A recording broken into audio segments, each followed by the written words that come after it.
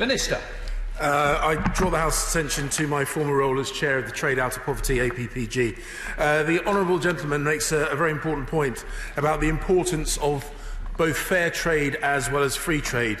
Now that the United Kingdom has left the European Union, we're able to define our own trade policy. We will ensure that fairness is at the heart of all the trade that we do around the world. Yes. We now come to Marco Long. Thank you, Mr. Speaker. Last week, China and Russia vetoed the United Nations Security Council approving aid to Syria from Turkey. How will the United Kingdom, Mr. Speaker, continue to help those in need in Syria? Minister. The United Kingdom is disappointed about the reduction in aid corridors in Syria. We are pleased that the cross-border humanitarian access will continue through Bab al-Hawa, but we are appalled that Russia exercised its veto and restricted aid through Bab al-Salam. The UK remains committed to supporting Syrians who are the victims of the egregious politicisation of humanitarian, and we recently announced £300 million to the Syrian Pledging Conference. Let's head to Scotland to Neil Hanvey. Neil Hanvey. Thank you, Mr. Speaker. 516. That's the number of known breaches of international law in Yemen by Saudi forces, an increase of at least 200 in recent years. Yet last week, this government claimed they were only isolated events and no pattern existed, as it resumed selling weapons that are killing Yemeni civilians. Given the DFID FCO merger, can the Secretary please explain how they reconcile this with UK stated aims to provide water, food, sanitation and peace to the Yemen, and exactly how many breaches of international law are required to establish a pattern? The UK government welcomes Saudi Arabia's unilateral ceasefire in Yemen. We're disappointed that Houthis have not engaged with this ceasefire. The United Kingdom's arms control regime is one of the most robust in the world, and we will ensure that we continue to support the people of Yemen and NGOs working in Yemen, as we have done with our recent funding announcements. Matt Bickers. Children have a basic human right to education, yet there is huge concern that Palestinian children use textbooks promoting and encouraging violence. I welcome the government's work pushing for an international review of the curriculum ahead of the new academic year. Will my right honourable friend provide an update on the progress of the interim report into the content of these textbooks, and will he confirm that the findings will be made public and acted on swiftly? Minister. Mr. Speaker, the first call that my right honourable friend made when she entered post was to the Education Minister and the Palestinian authorities to bring about our disquiet over the points that he raised. We will continue to ensure that Palestinian children are educated with our support through UNRWA, half of which are girls, but we will also ensure that that education does not encourage violence or prejudice against the Jewish peoples.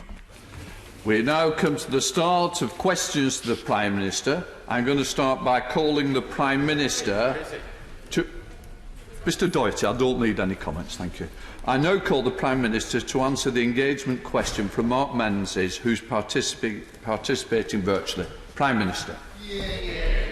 Mr Speaker, this morning I had meetings with ministerial colleagues and others. In addition to my duties in this House, I shall have further such meetings later today. Heading up to wonderful Lancashire with Mark Menzies. Mark Menzies. Last week saw the 80th anniversary of the beginning of the Battle of Britain. As you're aware, Mr Speaker, BAE Systems alone employs over 10,000 people across Lancashire, supporting the great work of our RAF, and are taking on over 250 apprentices in that part of the business this year. Will the Prime Minister come to visit Wharton, meet these apprentices, and commit to doing all that he can to secure these key jobs through support for defence exports and the Team Tempest programme? Well, Mr Speaker, I have no doubt that I'll be coming to Wharton in due course. Let me tell him that already there are 1,800 highly skilled engineers and programmers involved in the project, going up to 2,500 next year, and 800 of those are in his constituency, and I look forward to his constituency being at the epicentre of the development of the next UK-led combat air programme. We now come to the Leader of the Opposition, Right Honourable Sir Keir Starmer. Thank you, Mr Speaker. Over the last few months, we've supported many of the economic measures announced by the Government, but the decision last week not to provide sector-specific support to those most at risk could end up costing thousands of jobs. One of the sectors, aviation, has already seen huge redundancies. BA have announced 12,000 redundancies, Virgin 3,000, EasyJet 1,900. If the government's priority really is to protect jobs, why did the Chancellor not bring forward sector-specific deals that could have done precisely that? Minister. Well, Mr. Speaker, no one should underestimate the scale of the challenge that this country faces, and that is why the Chancellor has brought forward a range of measures, which, by the way, he supported last week, Mr. Speaker, the job retention bonus, the Kickstarter programme for young people, and we are also doing a huge amount to support the aviation sector. And one of the companies that he mentions, Virgin, has now come out of the Birch process after extremely difficult, but in the end, productive conversations. That's the work of this government, getting on, helping companies through it, helping our people through it. And I may say to Mr. Speaker, he has to work out whether he's going to support or oppose the government's programme to get people back into work. Last week, the shadow Chancellor said here in this House of Commons, Mr. Speaker, that she supported our programme. This week, he says he opposes it. Which is it? Keir Starmer. This is just such rhetorical nonsense. It is perfectly proper and right for the opposition to set out the parts of the package that we support of the government and to highlight where there are problems. And the problem with the Prime Minister's dismissal of this is that since the Chancellor sat down last week, around 10,000 people have lost their jobs. The Prime Minister should focus on them, not the rhetoric. And the OBR yesterday projected 3.5 million unemployed next year. I want to press the Prime Minister further on the situation at BA, a huge employer and the national flag carrier. Alongside the 12,000 redundancies already announced, BA is trying to force through the rehiring of the remaining 30,000 workers on worse terms and conditions. That's totally unacceptable, and it's a warning shot to millions of other working people. The Prime Minister sent an email to BA staff in which he said, "I've already made it clear that firms should not be using furlough to cynically keep people on their books and then remove them or change their terms and conditions." That was the 2nd of June. It's now 6 weeks on. Will the Prime Minister now personally intervene and make clear that actions like those at BA cannot be allowed to stand without consequences for landing slots? Minister. Mr. Speaker, we've been absolutely clear that we want our companies, our great companies across this country, to support their workers and to keep them in employment where they possibly can. And I've made that point clear to on the floor of the House just in the last couple of weeks. But let's be absolutely clear. British Airways and many other companies are in severe difficulties at the moment, and we cannot, I'm afraid, Mr. Speaker, simply with a magic wand ensure that every single job that was being done before the crisis is retained after the crisis. What we can do, and what we are doing, is encouraging companies to keep their workers on with the job retention scheme, with the job retention bonus, and with a massive programme in investment in this country, a £600 billion investment programme in this country to build, and create jobs. And that is what we are doing, Mr. Speaker. Keir Starmer. The Prime Minister knows exactly what I'm talking about. It's the rehiring 30,000 people at BA on worse terms and conditions, and he should call it out. Yesterday, the government's expert advisory group published a report on the challenges this autumn and winter. They were asked to do so by the Government's Office for Science. That report assessed the reasonable worst-case scenario for this autumn and winter, including a second COVID spike and seasonal flu, and it set out strong recommended actions to mitigate the risks. The report was clear. July and August must be a period of intense preparation, i.e. now. Can the Prime Minister make clear that he intends to implement the recommended actions in this report in full and at speed?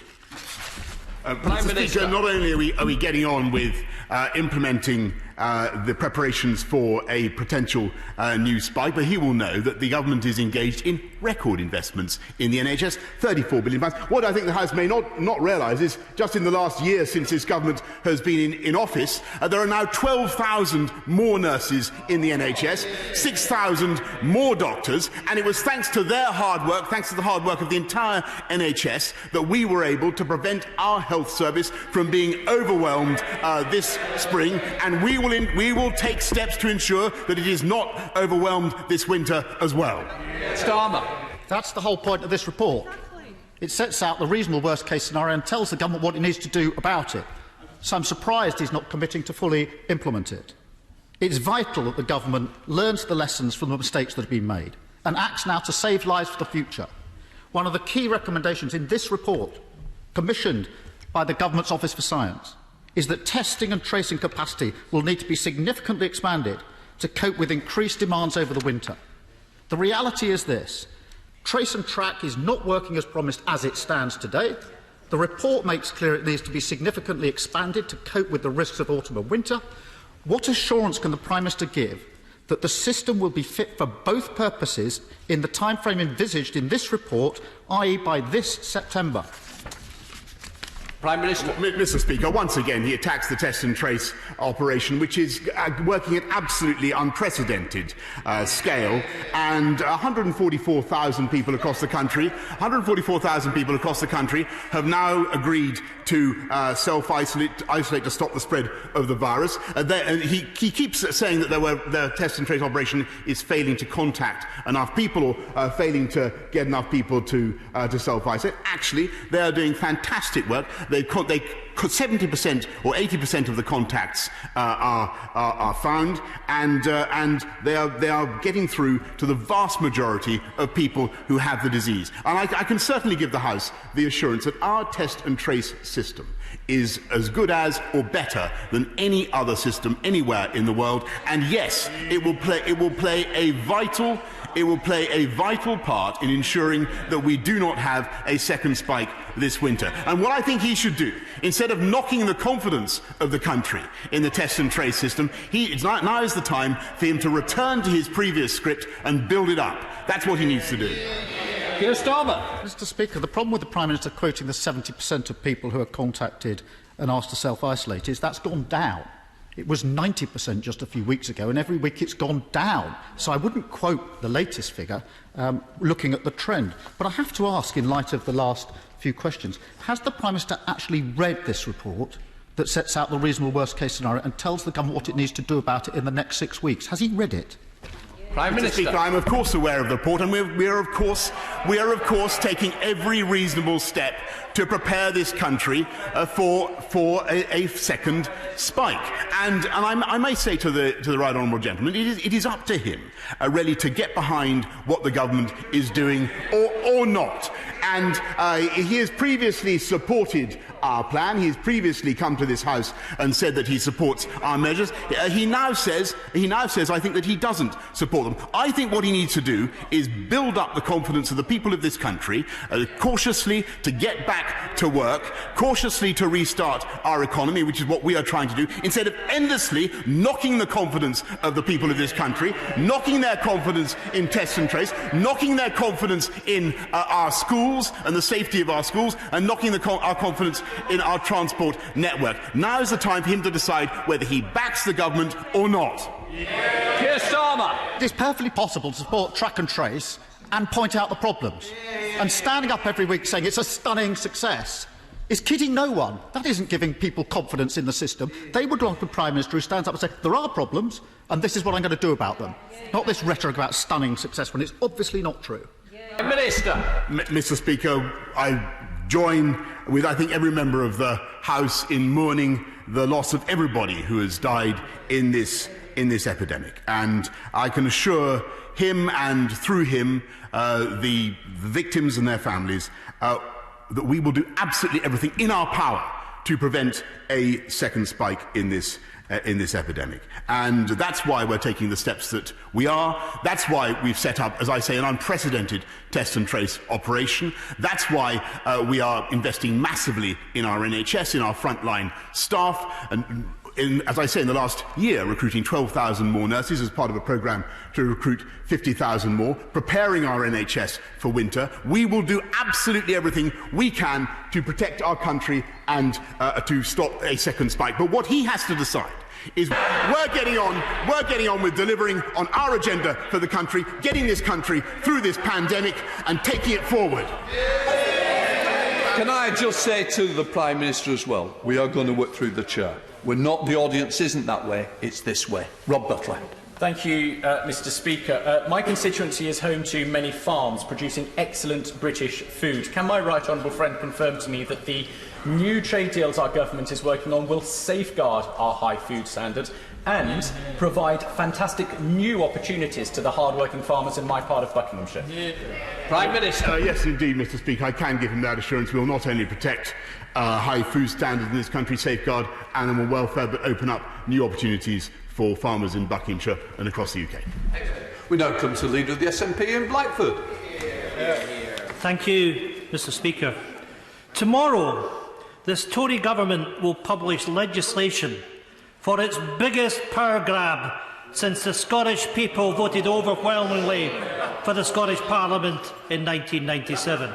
Westminster's plan to impose an unelected, unaccountable body to rule on decisions made by the Scottish Parliament will not be accepted.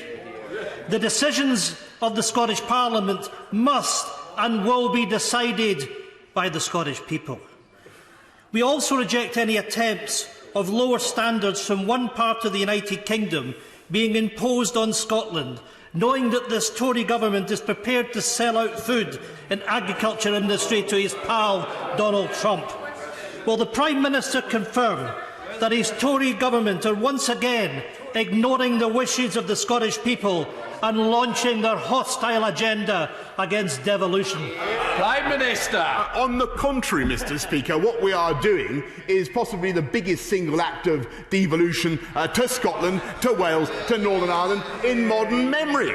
And you should be celebrating them, the 70 powers or more that are going to be transferred to the elected people in Scotland. What he wants, by contrast, is trade barriers, Mr. Speaker, between England and Scotland. Nobody able to use sterling in sterling. He talks about unelected and unaccountable people. What he wants to do, Mr. Speaker, is hand the powers that we would give back to Scotland from this Parliament to Brussels, which is neither elected nor accountable. Ian Blackford. Thank you, Mr. Speaker. Of course, the document we're going to see tomorrow is going to talk about the benefits of a single market. It's a pity that the Prime Minister doesn't understand the economic value of the European single market and customs union. This Prime Minister often states the need to respect referendum results. Then he should respect the decision taken by the Scottish people in 1997. We know this government is undertaking a full-scale assault on devolution. A Brexit settlement Scotland rejected, imposed on Scotland. An immigration system Scotland rejected, imposed on Scotland. A decade of Tory government Scotland rejected, imposed on Scotland. It is no wonder the First Minister's approval ratings are 3 times that of this Prime Minister. Effective leadership and respecting the will of the people, contrasted with the bumbling shambles coming from Westminster. Scotland has the right to have our decisions made by those we elect, not bureaucrats appointed by Westminster. Will the Prime Minister guarantee that his plans will not be imposed on Scotland, that Scotland will have the chance to choose for ourselves? Prime Minister. Mr. Speaker, well, first of all, I think, just to repeat my point, Mr. Speaker, it's something extraordinary for him to attack unelected bureaucrats for any role they may have in Scotland, when his proposal is to hand back the powers that we are going to be, this place is going to be transferring to Scotland, back to Brussels, where they are neither elected nor accountable to the people of Scotland. So I really don't know what he means. As for his point about respecting referendum results, result, Mr. Speaker. I think the House will recall that there was a referendum on the issue of Scottish independence, on the issue of breaking up the Union in 2014. In 2014, they said at the time that it was going to be a once-in-a-generation event. I think they should keep their promises to the people of this country and to the people of Scotland. Thank you, Mr. Speaker. My constituent, Eva Slapper, is a beautiful and brave 9-year-old girl with an operable brain tumour. Now, Wrexham has rallied round unbeatable Eva, but with the only suitable treatment option being offered abroad, the family are struggling to make the travel arrangements. Would the Prime Minister offer reassurance that he will work with the family to look at ways Eva can access treatment? Thank you. Yes. Prime Minister.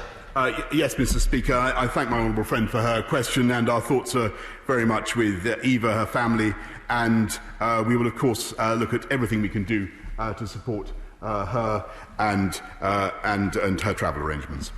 Trevor Davey. Mr. Speaker, under this Prime Minister, we've suffered one of the worst death rates in the world and Europe's worst death rate for health and care workers. Previously, he's refused my demand for immediate independent inquiry, saying it's too soon, even though back in 2003 he voted for an independent inquiry into the Iraq War just months after that conflict had started. If he still rejects an immediate inquiry, will he instead commit, in principle, to a future public inquiry? Yes or no? Prime Minister. Mr. Speaker, as I've told the House several times, I do not believe that now, in the middle of combating, still as we are, a pandemic, is the right moment to devote huge amounts of official time to an inquiry. But of course, Mr. Speaker, we will seek to learn the lessons of this pandemic in the future, and certainly we will have an independent inquiry into what happened. Durham Henry. Mr. Speaker, after such a difficult few months for everyone, people with mental health conditions are especially suffering increased anxiety, the effects of isolation, months without treatment, and most importantly, a lack of early intervention. Can the Prime Minister outline what steps the government will take to make sure that people with mental health conditions are not left alone or behind? Prime Minister. Well, I thank my honourable friend for campaigning on this issue, which is, of course, incredibly important, and has been particularly during lockdown. Overall, we've massively increased our funding for mental health care to £12.5 billion, but we're also, as he knows, now publishing our national strategy for disabled people, which will cover all types of disability, including physical and mental health. Paul Blanket. Thank you, Mr. Speaker. On Monday, in announcing new immigration rules that will prevent people coming to work in social care, ministers said that care workers should be paid more. That's right, they should. The chair of the government's Migration Advisory Committee said they should receive around 50% more than current rates.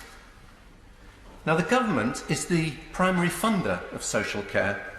So will the Prime Minister commit to providing the additional money to pay those higher rates?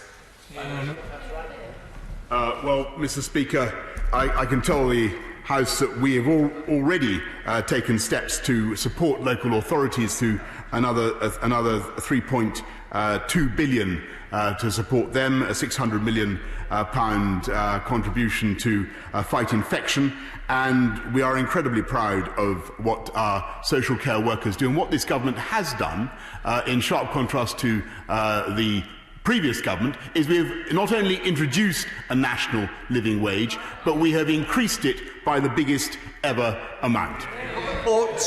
Thank you, Mr. Speaker. On Friday, the last surviving Battle of Britain aircrew member, Group Captain John Hemingway, turns 101 in the week that marks the 80th anniversary of the start of that pivotal campaign. In contrast with that golden generation, he will not seek any recognition for himself. But we ought to shine a spotlight on the sacrifice of those who defended freedom, and particularly the 1,500 from all commands who fell. Would the Prime Minister give some thought to how we might recognise Group Captain John Hemingway, not for himself, but as the final representative of the few? Prime Minister. Mr. Speaker, I thank him for his question. I will indeed think about what we can do. As he knows, these are matters for the Honours committees, which are independent of government, and I would urge him strongly to make his representations to them. Let's head to Dundee and visit Chris Law. Chris Law. Mr. Speaker, last month the Chancellor received a letter from all Tayside councils, including my proud city of Dundee, requesting urgent action to finally sign off the Tay Cities deal after more than 18 months of waiting.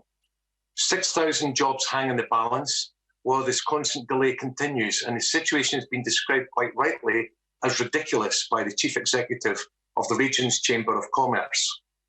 Two previous Prime Ministers have failed to deliver when asked, so will this Prime Minister personally guarantee that he will sign off this vital city deal without delay? Well, Mr. Speaker, I know that we've done a number of growth deals in Scotland recently, and I know that we intend to do more. And the best I can say to the honourable gentleman is I will write to him with an answer about the Tay City deal. Craig McKinley. Mr. Speaker, I refer the House to my register of interest. There is a sense of great celebration in Thanet and East Kent with the positive development consent order for Manston Airport, allowing that asset to fly once more. But we have one part of the jigsaw puzzle to solve, and that is Thanet Parkway Station. It was deemed desirable before the DCO. It now has to be deemed as essential. Unfortunately, through COVID pressures, Kent County Council feel unable to raise the £17 million by a Public Works and Loan Board loan to support the final part of the jigsaw. Can my right honourable friend use the influence of his great office to encourage the Chancellor and Ministers to find that £17 million to complete the regeneration of Thanet and East Kent? Well, Mr. Speaker, I have good news for my honourable friend, because the Department of Transport has received a bid for funding Thanet Park railway station. It's going to be assessed in the third round of the new stations fund, and I hope he will hear good news in the near future. Darren Jones. Prime Minister, Mr. Speaker, on the 23rd of June and again on the 24th of June, the Prime Minister said to the House, in respect of financial support for businesses and workers during local lockdowns, that nobody should be penalised for doing the right thing. Last week, the Secretary of State for Business, Energy and Industrial Strategy was unable to give any details to my committee at all about this vital future local support. So can the Prime Minister today be crystal clear for the towns and cities preparing for local lockdowns? Will he be penalising businesses and workers for doing the right thing or not? Prime Minister. Mr. Speaker, we've given, in addition to the £160 billion of support that the government has given to people and firms across the country, we've supported areas, cities in lockdown with considerable grants, 20 million to Leicester, business rates relief of 44 million, 68 million in business, on spending on business grants. The best thing possible is for them all to work hard, as Blackburn with Darwin have done, for instance, to get the virus down and to make sure that they're able to open up again. Thank you, Mr. Speaker. In my constituency of Filton and Bradley Stoke, there are well over 20,000 people directly employed in the aerospace and defence sectors, as well as 17,500 people in the supply chain throughout the South West region. Now, these jobs are not only vital to the individuals and families supported by them, but they are crucial to the economy of our region and our country at large, our future export prospects, connectivity and our sovereign defence manufacturing capability with programmes like Tempest, the next generation of fighter aircraft. So when will the Prime Minister announce a wide-ranging support package for the aerospace industry, which must include a scrappage scheme for old and highly polluting aircraft? And can I... No, Minister, come on. Mr. Speaker, I'll examine the idea of a scrappage scheme for old and highly polluting aircraft. But what I can tell him is that long before then, we're putting £3.9 billion into the Aerospace Technology Institute, and as I'm sure he knows, the Department of Business, Enterprise and Skills has set up with Transport a joint task force to create Jet Zero, a zero-emissions passenger plane in which this country will lead the world. We now head to Yorkshire and visit Naz Shah. Naz Shah. Thank you, Mr. Speaker. Last week, the Chancellor said he could not save every job or business. Councils across England are facing a £10 billion black hole, which could see many issue Section 114 notices effectively declaring bankruptcy. Many councils are already beginning to make severe layoffs. So I ask the Prime Minister, will the Chancellor save local councils? And does he feel that the support his government has already provided is enough for our most vulnerable communities and will not lead to council cuts and another era of austerity? Prime Minister. Yes, indeed, Mr. Speaker. And in Bradford alone, we've allocated £30 million to help deal with the pressures of the virus. And as I said to the House just now, billions, I think 4.2 billion now, in support for local councils across the country. I pay tribute to the work of local councils and their services for helping us to get through this pandemic, and we will continue to support them. Catherine Fletcher. Thank you, Mr. Speaker. I'm out and about talking to the good people of South Ribble, and they are worried about the economic effects of COVID. Although they do also say, thank God that other lot didn't get in, because I can't imagine how much trouble we'd be in right now.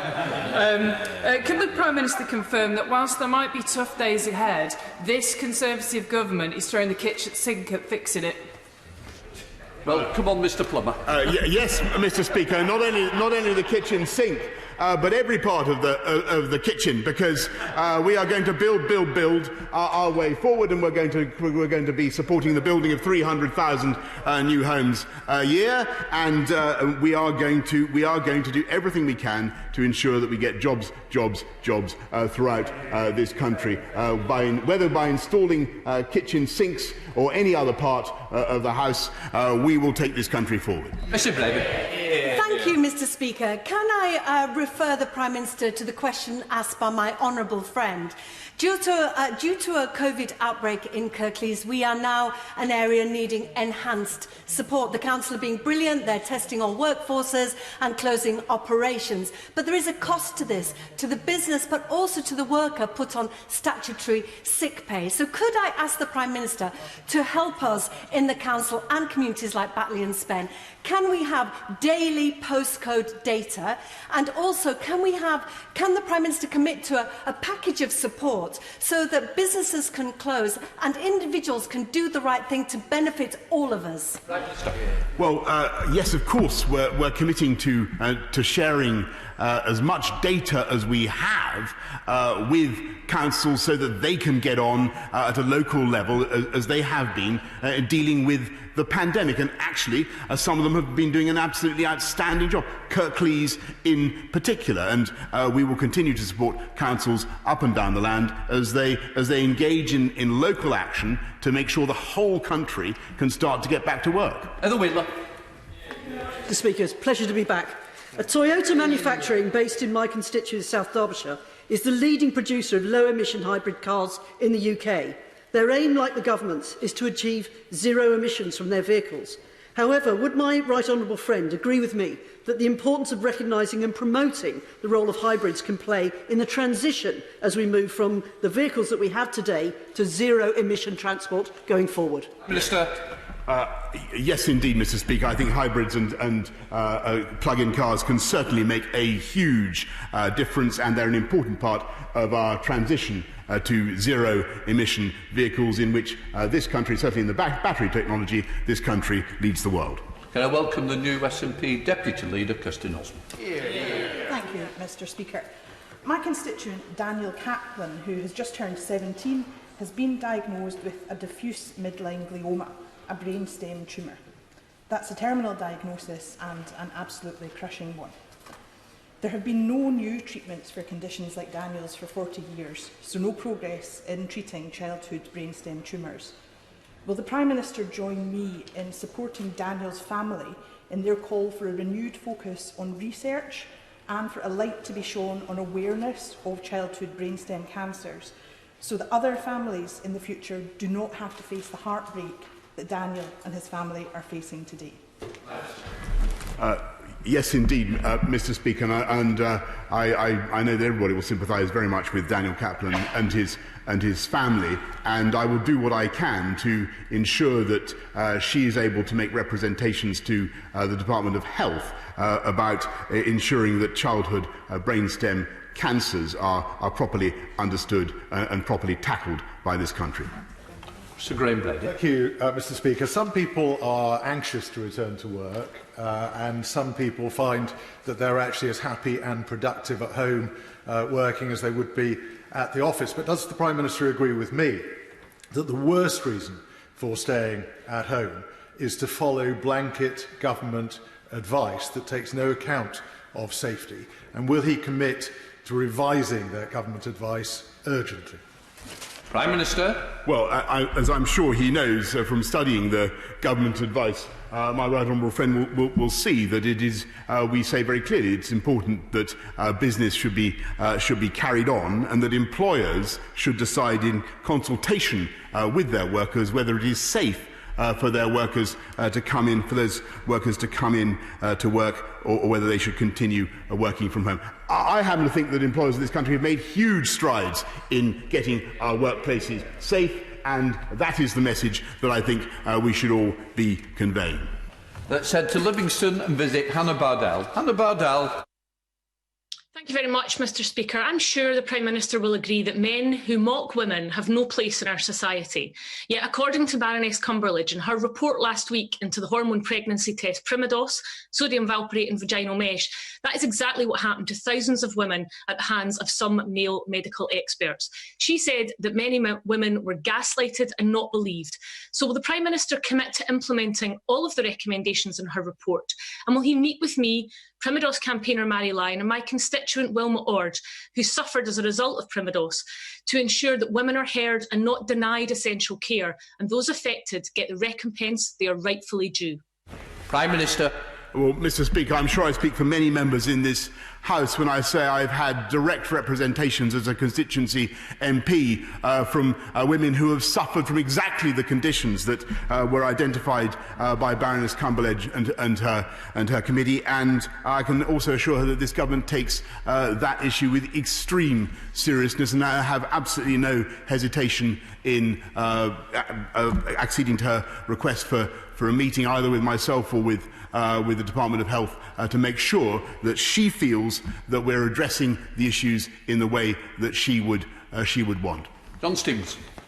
Thank you, Mr Speaker. The Government wants green energy. The Government wants to have security of energy supply. The Government wants to boost economic development in the regions. The Government wants to encourage apprenticeships and youth employment. The Government wants to increase innovation investment and to have a dynamic supply chain. This is all on offer in Cumbria. Will the Prime Minister support, with government financial backing, the building of nuclear power generation facilities in Cumbria? Prime Minister. Mr Speaker, we believe that nuclear power is a significant potential contributor to our net zero ambitions, and I look forward to working with my honourable friend to ensure that Cumbria continues its long historic tradition as a pioneer of new nuclear technology. Final question, Ellen Hayes. Thank you, Mr Speaker. It is exactly a week since 18-year-old Donnell Rule was murdered with a knife on the Kingswood estate in my constituency, leaving his family devastated and a close-knit community reeling. It is exactly 2 years since the Youth Violence Commission published its interim report setting out irrefutable evidence for the introduction of a cross-government approach to tackling serious violence. Yet the scourge of knife crime across the country continues. The Youth Violence Commission will publish its final report tomorrow. Will the Prime Minister commit to accept its recommendations and act immediately to introduce a cross-government public health approach to tackling serious violence and stop any more families from suffering such terrible loss? Prime Minister. Mr Speaker, I know that everybody's sympathies will be with the family of the victim in her constituency, as they're with the families of all victims of knife crime. I think that there are two things we have to do. First of all, I entirely agree with her. You need a cross-departmental medical approach focused on the needs of the families of the kids who particularly get involved in knife crime, and you need to put your arms around them and stop them being diverted into the gangs that are so often the root cause of the problem. But you also need a tough policing solution. And I've been concerned for the last few years that in London, in particular, which she represents, we have not seen the approach that we saw under the previous mayor, for instance, where there was a significant reduction in knife crime, a significant reduction in murder, by dint of having proportionate policing that included the use of stop and search to stop young kids carrying knives. We need to be absolutely have zero tolerance of kids going out on the street armed with a bladed weapon. That is absolutely vital. And the people, member opposite says shocking.